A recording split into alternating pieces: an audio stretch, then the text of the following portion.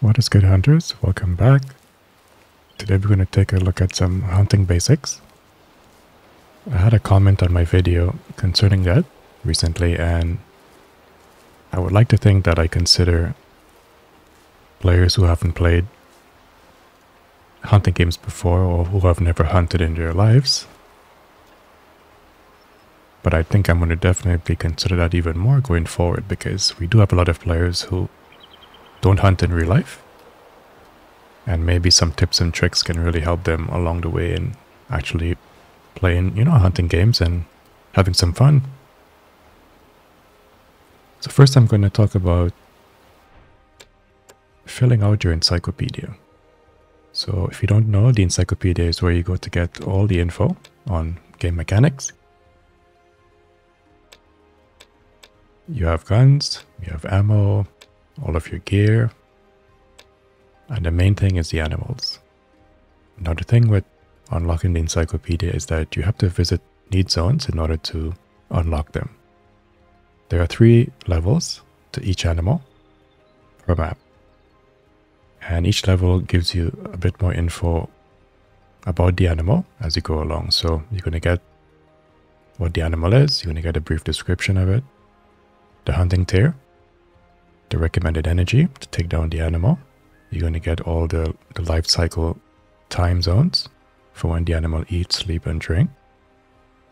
You have weight for male and female. You got body variations, things you look for while you're out in the field hunting to judge age, sex, and all of that, where you can find them. And for the males only, you have trophy ratings, from when the animal is a 1-star all the way up to a 5-star. This will give you a range based on the star, or how far along it is in its life cycle. Very important things if you want to trophy hunt. If you're new to hunting, this is part of Way of the Hunter, where you're basically ethically hunting and you're growing and aging animals. And you do that by growing the animal from a 1-star to a 5-star. Not all animals will make it to a 5-star, because that is RNG, that's random. When the animal spawns in the new year, that's when animals you have killed respawns, and animals are reborn with a set genetic when they're born. That never changes. It's set until they hit a 5-star, or maybe they live until maybe a 4-star. So this right in front of me here is a zone. You can see them sort of flashing around here. When you have Hunter Sense on, you can see them. If you take Hunter Sense off, you can't. So be sure to have it on. And that corresponds to these animal icons that you see. When you click on them, you see the zones pop up. You have to unlock all the zones per icon. So all you do is you analyze it. It tells you the animal. In this case, it's a snowshoe here. It's an eating zone, and it's often, which means the animals come here very often. We have another zone down here.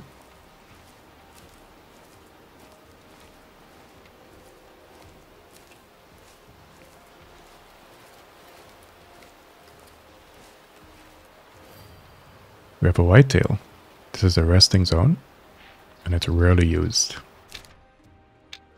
So if you look here, we have the whitetail, and right where I'm standing, we have the zone, pretty much on top of it. And that is really how you populate the list here for your animals. And this will only populate when you interact with need zones.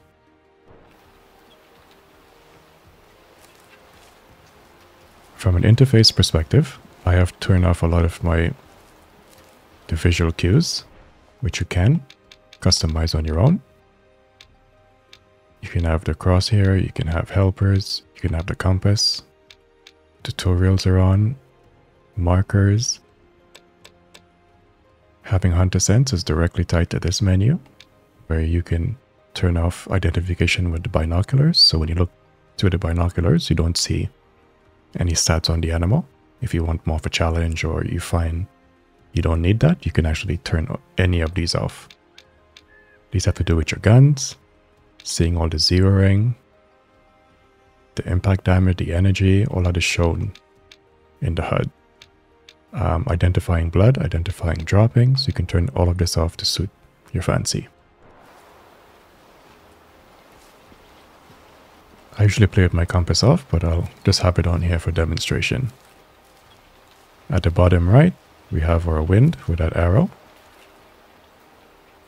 You never want to hunt with the arrow pointing directly in front of you. This means that the wind is blowing from the back of you to the front to the animals, which they will smell you, they'll spook and run. You want to hunt with the arrow facing you.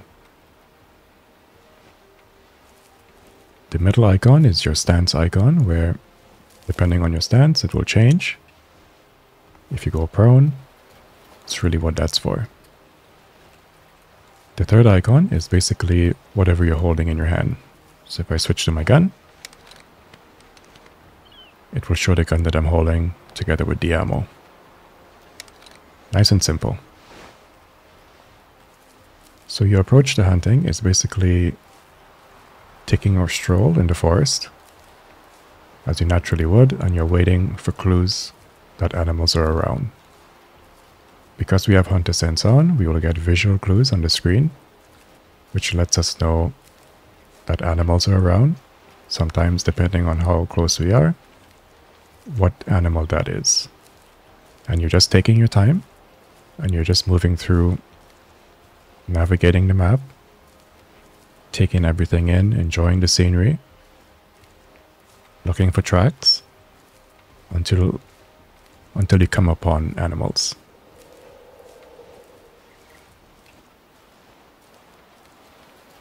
Hunting is very simple. It's just a matter of patience.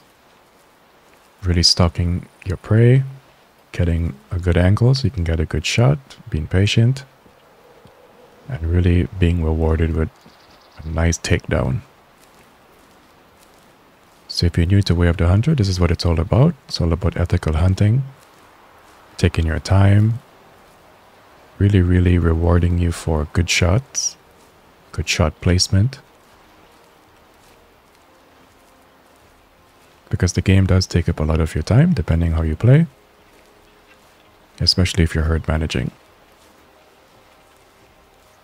So this angle that I'm walking at, the wind is coming from my left to my right, I'm still safe.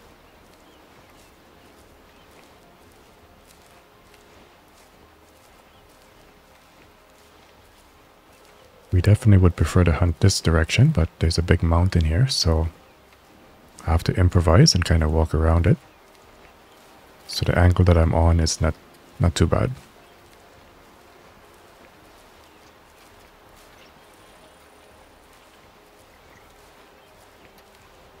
It's a beautiful morning for a hunt. Pretty excited to see what we can find. Animals are probably coming out to drink, to feed. Probably head more out into the open here, because I don't think there'll be anything this close to this mountain. So we got another zone here, flashing. As long as you interact with it, it stops flashing. So that's how you know that a zone is not discovered yet, is that it stops flashing. When it comes to navigating and moving around, I highly don't recommend you use this fast pace of running. If you don't see any animals in the vicinity, sure. But the moment you hear that an animal is around, because you never know where animals are, take your time. I normally walk this way around the map, but this might be too slow for you, so you can adjust as you wish. I prefer this because it gives me the best of both worlds. Even if an animal is pretty close by, I can hear it and see it by just paying attention and being observant. So what you're seeing here is what they call the sound analysis. It's letting me know that there's animals in this direction. Tells me what type of animals, the sex, if they're calm, and the distance.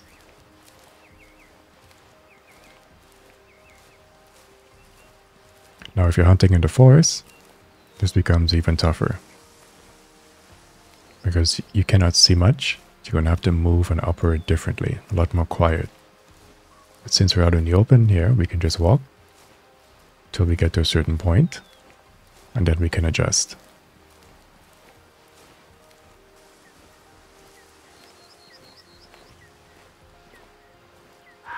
So we were about 260 meters away. There we go. So he's alerted. Got a young male here, so we'll try call him in.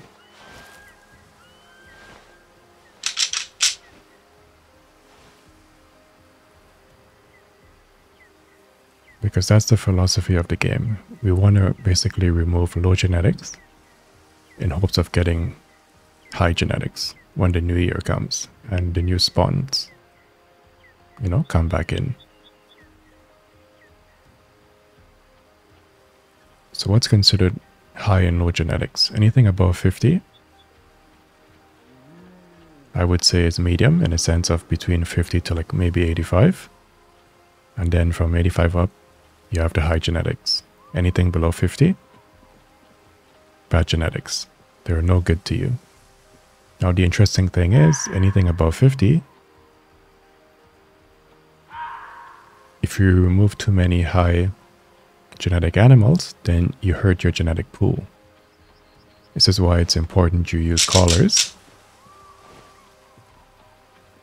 to weed out those bad genetics, because if you just go shooting, then you can really hurt your genetic pool.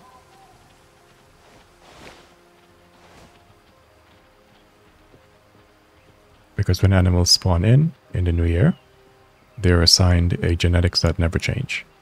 And that follows them all the way until they get old. Some make it to 5 stars, some die at 4. And that's all because of genetics. So we'll see if we get a response here. It seems like I have 1 or 2 animals coming in. Yeah, there we go. We got 2 whitetails here.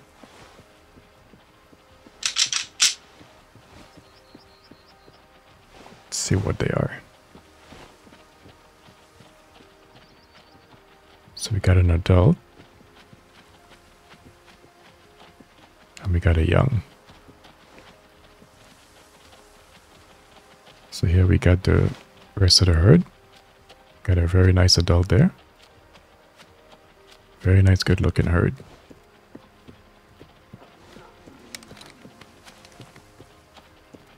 So I think I'll take out this guy since he's right here with us. Drop my 0 to about 50.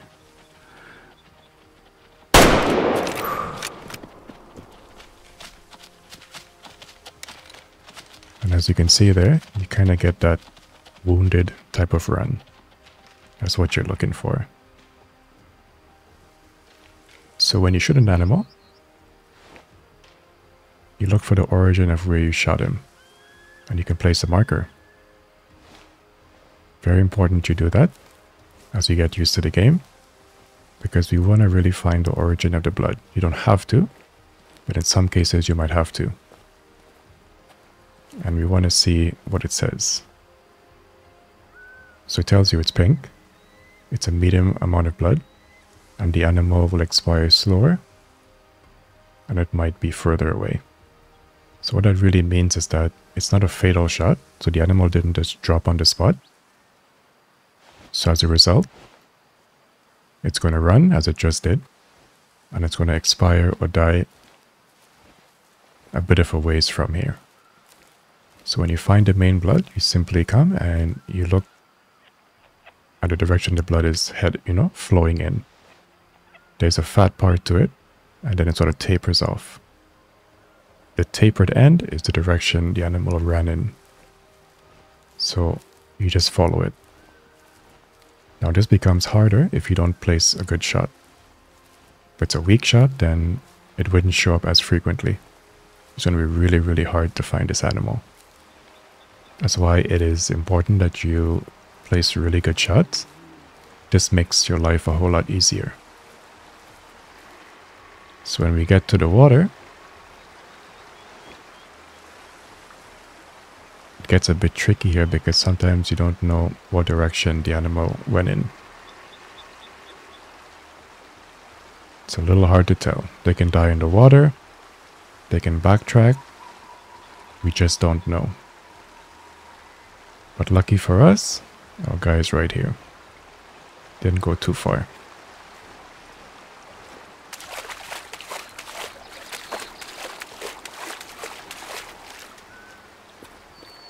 So we'll take up this zone while we're at it. And let's see what we got. So this is our harvest screen. On the right, it tells you what gun you're using, your caliber, the type of ammo. You got wind, you got distance. And then it shows you all the damages to the different parts of the animal. We did crazy damage to the right lung and the artery. The bar is full, so we did good damage. The rest is kind of, one is less than half, the other one is barely. You need to do enough damage to some of these organs in order to bring the animal down. At the bottom, you can see we can sell it, or we can taxi it. When you taxi it, you can actually place it in your lodge. When you go to overview, it shows you details about the animal. The sex, how young it is or old, the weight, the genetics, which is terrible, 26. So we did a good job there of removing a bad genetic. We got the hunting rating, the hunter difficulty, or the difficulty that you're playing on, and trophy rating. We have our tracking info, or our meat info. And this is where you get the trophy rating. So we're going to sell it.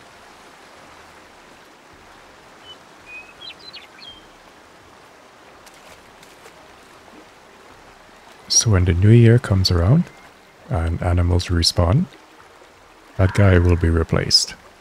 And we're hoping it's by a better genetic.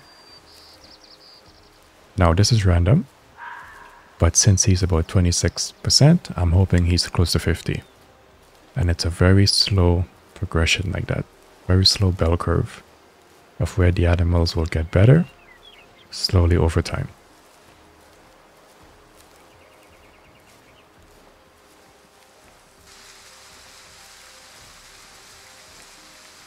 Okay, so we got some mule deers over here.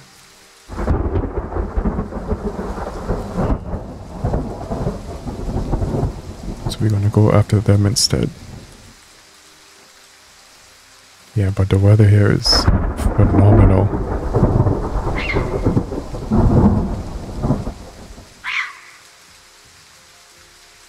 Okay, so I'm gonna use my collar.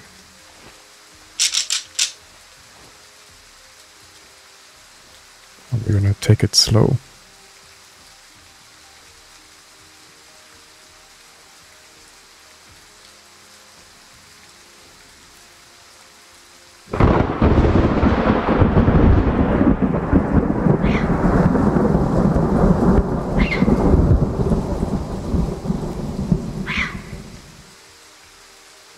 So it gets a little harder to hear animals if they're walking up to you.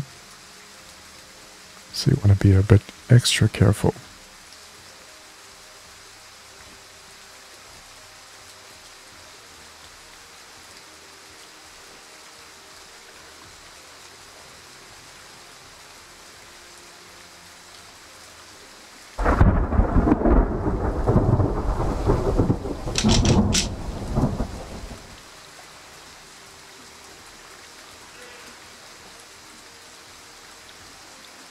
So I think I'll wait for a bit, because I think I'd rather get over this river a little bit to get some visual.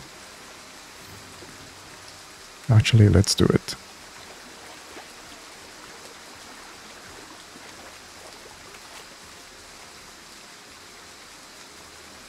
Just in case one is kind of coming into us.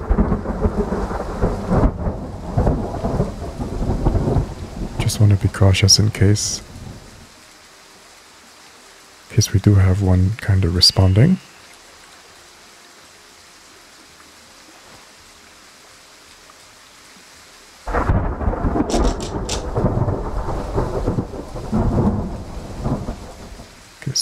80 meters out.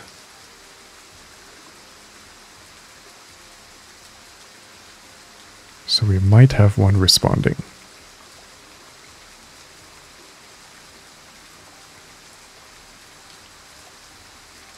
Look at that, that's incredible.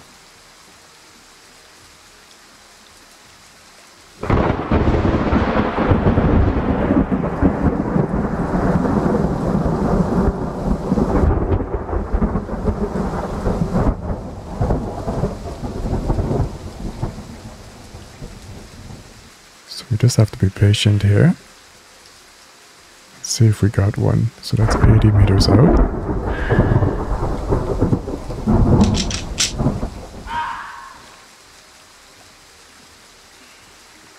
So that should bring it closer. I don't want to move because I'm at a disadvantage here. I'll have to clear that hill to be able to see. So 80 meters out, I'd rather him come to us.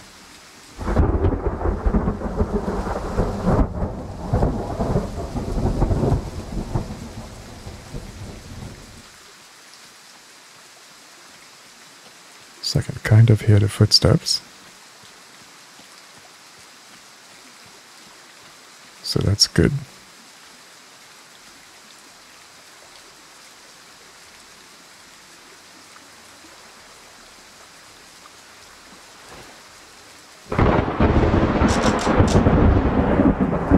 So just need one more call to bring him in closer.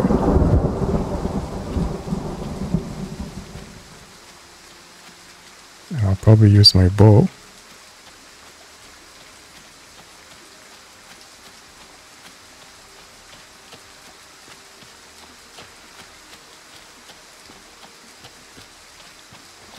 Yeah, probably use my bow to take him.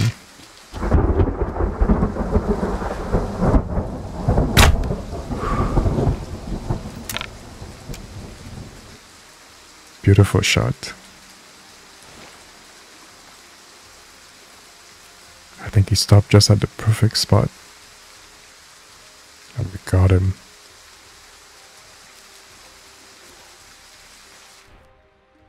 Yeah, so that was 15 meters out. Holy crap, we smoked that artery. That's perfect. But we just got the left lung.